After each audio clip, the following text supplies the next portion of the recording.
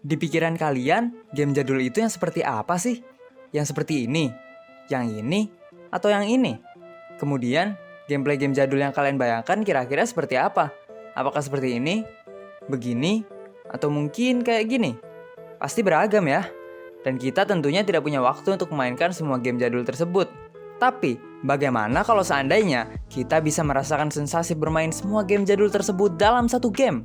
Yap, pemikiran sederhana tersebut mungkin adalah inti dari game yang akan saya review kali ini, yaitu Evoland. Namaku MJ, dan selamat menyaksikan.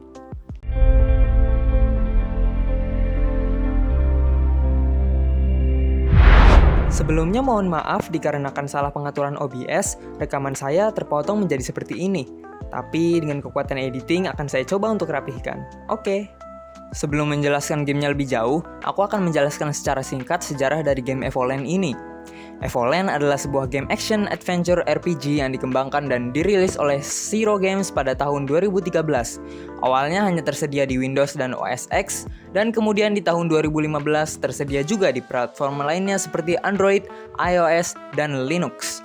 Pada tahun 2019, dirilis Evoland Legendary Edition yang merupakan gabungan dari game Evoland dan game sequelnya Evoland 2.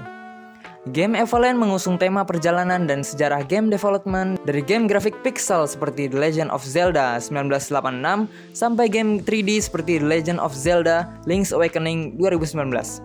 Game ini membahas segala segi dari progres perkembangan teknologi game development seperti mekanik, grafik, musik, dan juga gameplay. Fun fact, Evoland awalnya adalah sebuah game indie yang diciptakan oleh Nicolas Knees pada event Game Jam Ludum Dare yang ke-24. Tema game jam tersebut adalah evolusi.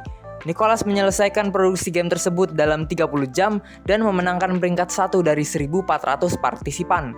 Game Evoland Classic kemudian meraih lebih dari 300.000 pemain hanya dalam beberapa bulan. Melihat kesuksesan tersebut, Nicolas yang kemudian mendirikan Zero Game memutuskan untuk membuat versi baru dari game tersebut dengan berbagai fitur tambahan, playstyle baru, dan sebagainya. Jadilah Evoland yang kita kenal sampai sekarang ini.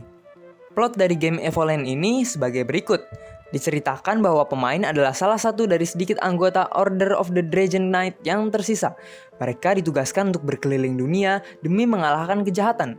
Pemain atau karakter utama yang bernama Kling menjelajahi Evolandia untuk mengalahkan Ancient Evil. Di perjalanan, Kling menolong seorang wanita bernama Kairis yang pada akhirnya bergabung dengan tim Kling untuk membantu melawan kejahatan. Setelah jauh berpetualang, mereka menemukan bahwa kejahatan yang selama ini mengancam Evolandia adalah Zephyros. Kling akhirnya dapat mengalahkan Zephyros, namun tidak tanpa korban jiwa. Menuju grafik dan visual, untuk visual dari game ini sangat beragam karena konsep progresi grafiknya. Game dimulai dengan grafik 2D pixel duotone hijau hitam seperti Game Boy, kemudian bertransisi ke 16 warna, lalu 256 warna. Setelah melawan bos pertama, game akan bertransisi ke grafik 3D low poly dengan desain karakter chibi dengan detail rendah dan tekstur environment sederhana. Kemudian di tengah permainan berkembang lagi dengan tekstur pixelated dan pada akhirnya tekstur high definition. Ada juga salah satu desa di game ini yang menggunakan pre-rendered background, yaitu background statis yang dibuat sedemikian rupa agar memiliki kedalaman dan ilusi visual 3 dimensi. Kemudian untuk gameplay atau playstyle, gameplay Evoland ini bermacam-macam, walau masih dalam satu storyline. Untuk memudahkan, akan aku bagi menjadi 8 bagian, yaitu 2D Action Adventure, 3D Action Adventure, 2D Turn-Based RPG, 3D Turn-Based RPG, 2D 3D Hybrid Action Adventure, 3D Musou Hack and Slash, Card Game Minigame, dan Boss Battle. Kemudian kita akan bahas satu persatu. Yang pertama, 2D Action Adventure. Gameplay yang terinspirasi dari game Legend of Zelda 1986, yaitu menjelajahi dunia fantasi dan mengalahkan musuh dengan menggunakan pedang di overworld. Bedanya, di game ini tidak open world. Sistem nyawa di sini ialah instant death. Bila pemain mati, pemain akan dibawa ke main menu, dan melanjutkan game akan membawa pemain kembali ke checkpoint atau save point terakhir yang diakses oleh pemain. Kemudian, 3D Action Adventure. Gameplay yang mirip dengan game Legend of Zelda Link's Awakening 2019 menjelajahi dunia penuh monster dan menjelajahi dungeon dengan berbagai puzzle. Combat berupa hack and slash. Sistem nyawa pada awalnya ialah instant death. Tetapi di tengah permainan, pemain akan mendapatkan life meter yang berfungsi mirip seperti game Zelda yang disebutkan sebelumnya. Kemudian, 2D turn-based RPG merupakan mode combat di overworld yang terinspirasi dari game Final Fantasy 1987. Karakter utama bergantian menyerang dengan musuh. Pada giliran pemain terdapat beberapa opsi seperti menyerang, menggunakan item seperti potion, atau lari dari pertempuran. Level dan senjata dari karakter menentukan damage yang dihasilkan karakter tersebut ketika menyerang, seperti game RPG pada umumnya. Sistem nyawa di sini ialah HP atau health point. Kehabisan health point akan menyebabkan game over. Kemudian, 3D turn-based RPG sama seperti yang sudah dijelaskan sebelumnya, tetapi dengan grafik 3D seperti Final Fantasy 9 tahun 2000 atau Dragon Quest 8 pada tahun 2004. Sistem nyawa di sini ialah HP atau health point, sama seperti versi 2 dimensinya. Kemudian, 2D 3D Hybrid Action Adventure, gabungan antara 2D Action Adventure dan 3D Action Adventure. Terdapat kristal di overworld yang akan membuat karakter utama time travel atau berganti grafik. Terdapat obstacle yang hanya bisa dilewati saat mode 2D yaitu pohon kecil, dan juga sebaliknya, obstacle yang hanya bisa dilewati saat mode 3D yaitu dimensional stone. Hal tersebut mengharuskan pemain berganti-ganti mode untuk dapat menyelesaikan puzzle dan melanjutkan progres permainan. Kemudian, 3D Musou Hack and Slash, gameplay yang mirip game Musou seperti Dynasty Warrior 2 pada tahun 2000, tapi versi simpelnya. Akan ada banyak musuh yang mengeroyok karakter utama, dan pemain dapat menyerang para musuh dengan menebaskan senjatanya. Menyerang 3 kali dapat mengaktifkan special attack dengan damage dan area yang lebih besar dari serangan biasa. Sistem nyawa di sini merupakan bar dengan presentasi nyawa. Terdapat sistem upgrade yang mirip skill tree di sini, meski kebanyakan upgrade tersebut hanyalah gimmick belaka. Kemudian ada minigame berupa card game, merupakan mode sampingan yang opsional. Gameplay terinspirasi dari mode Triple Threat dari game Final Fantasy 8. Pemain bisa menggunakan kartu-kartu yang tersebar di sepanjang game dan bisa bermain menggunakan kartu tersebut untuk bermain sebuah minigame bernama Double Twin. Kurang lebih gameplaynya seperti tic-tac-toe, tetapi pemain dapat mengambil alih kartu musuh di sampingnya bila damage kartunya lebih besar dari kartu musuh. Dan yang terakhir ada boss battle. Terdapat 5 boss battle pada game ini. Boss yang pertama, pemain bertarung di mode gameplay 2D turn-based. Boss kedua, pemain bertarung di mode gameplay 3D action adventure. Boss ketiga, pemain bertarung di mode gameplay 3D Musou Hack and Slash. Boss keempat, pemain bertarung di mode gameplay 3D turn-based. Dan boss yang terakhir, pemain bertarung di mode gameplay 3D action adventure. Challenge di game ini: game action adventure dan RPG pada umumnya memiliki puzzle yang menantang. Begitu juga dengan game ini. Awal game, musuh-musuh masih sederhana, namun nyawa pemain hanya 1, yang berarti 1 kekalahan bisa menendang progres pemain kembali ke save point terdekat. Seiring berjalannya waktu, gameplay mulai terasa menantang dengan berbagai puzzle di dungeon yang ada di mode 3D action adventure. Berlanjut ke mode 3D Musou, di mana pemain ditantang untuk berhadapan dengan rombongan musuh yang bergerak secara real time. Skill menghindar dan timing menyerang sangat perlu untuk diperhatikan. Mode 2D 3D Hybrid juga memberikan puzzle terunik di sepanjang game, di mana pemain diharuskan untuk berganti-ganti dimensi agar bisa menyelesaikan bagian puzzle tertentu dan melanjutkan progres permainan. Minigame Double Twin juga membutuhkan skill pemahaman khusus agar bisa memahami permainannya dengan baik. Dan yang terakhir untuk boss fight. Tiap boss fight lumayan straightforward, kecuali boss terakhir yang meski memiliki banyak kekurangan, lumayan menantang. Reward.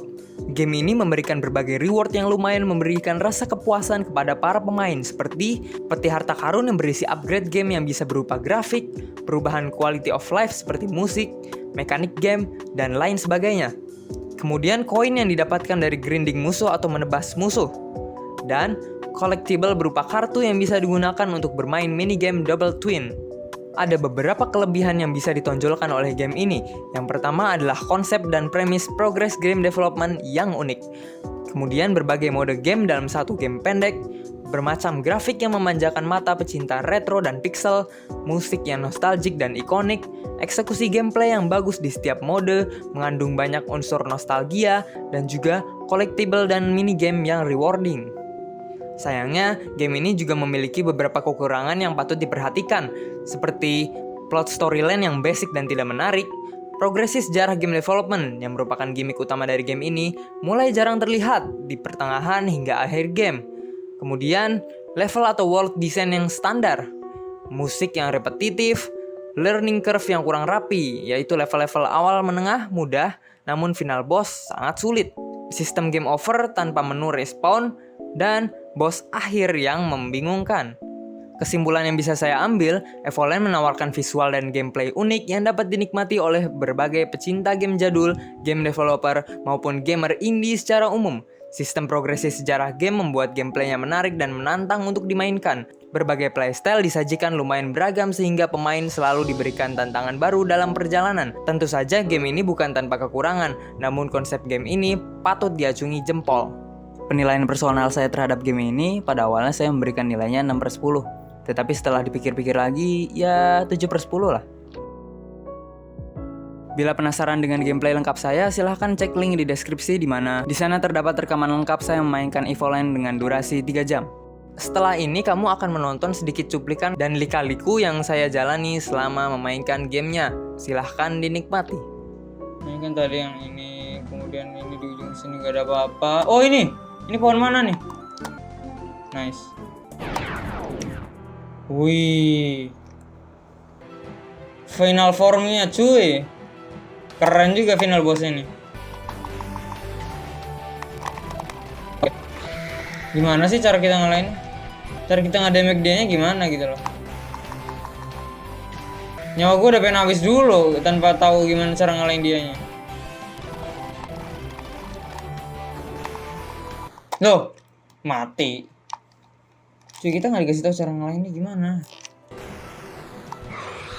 Aha. Kita serang matanya ada di tangan ini. Oke, ada berapa angle yang bisa diakses dan tidak bisa diakses.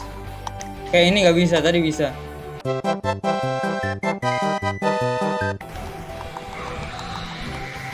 Oke.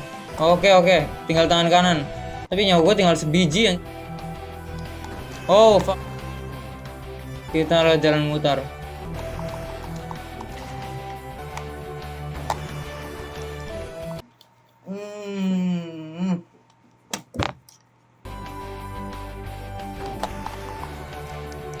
Tiban sikut.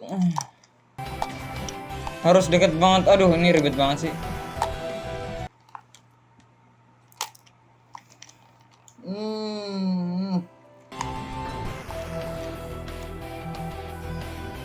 Manajemen hitbox yang sangat buruk. Kesel. Dikit lagi. Zero Games Camp. Nice. Oke, terus gimana nih? Cabut. Wes. Gila kali.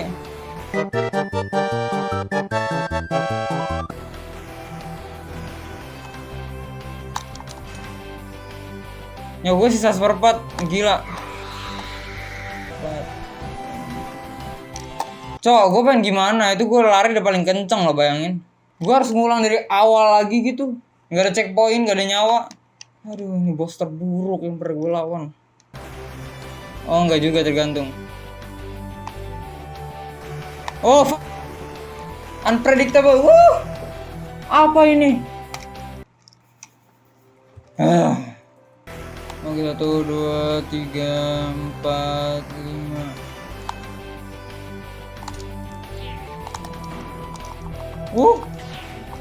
Yo, kelar kah? Oh hell, ini bocah masih ada lagi. Ini gimana gua? Oke.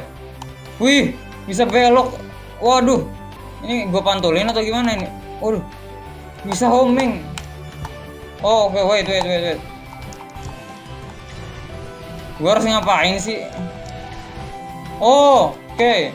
Gua nggak suka kalau gua harus ngulang dari awal lagi semua bosnya. No, nggak jelas.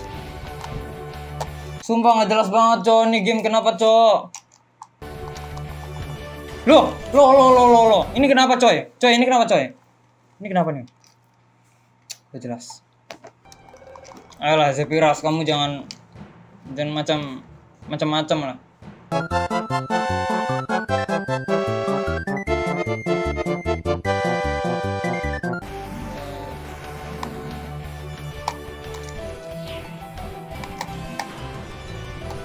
Ayo, final form ini please lah, please lah. I got this coy. Ayolah. Oh. Berapa kali serangan lagi? 5 kali kah? Udah mati aja udah. Let's go.